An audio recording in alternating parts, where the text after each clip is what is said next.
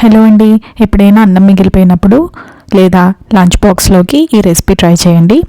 అన్నం పొడి పొడిగా ఉండాలి. అందులో 1/2 టీ స్పూన్ ఉప్పు, పసుపు వేసుకుని కొంచెం నూనె వేసుకుని పక్కన పెట్టుకోవాలి. వేరే కడాయిలో మీడియం గ్లాస్ అంత పెసరపప్పు లో ఫ్లేమ్లో పెట్టుకుని ఎర్రగా మారేంత వరకు వేయించుకోవాలి. అందులో 10 నుంచి 15 ఎండుమిర్చి, 1/2 టీ స్పూన్ జీలకర్ర వేసుకుని మీడియం ఫ్లేమ్లో రోస్ట్ చేసుకోవాలండి. అయితే చల్లారాక ఈ మిశ్రమం అంతా మిక్సర్ జార్లో వేసుకుని కోర్స్గా వీడియోలో చూపించేటట్టు బరకగా గ్రైండ్ చేసుకోవాలి. వేరే కడాయిలో 2 నుంచి 3 స్పూన్ల నూనె, పోపు దినుసులు వేసుకోవాలండి. ఈ రెసిపీ చాలా కమ్మగా ఉంటుంది పెసరపప్పు వేయడం వల్ల.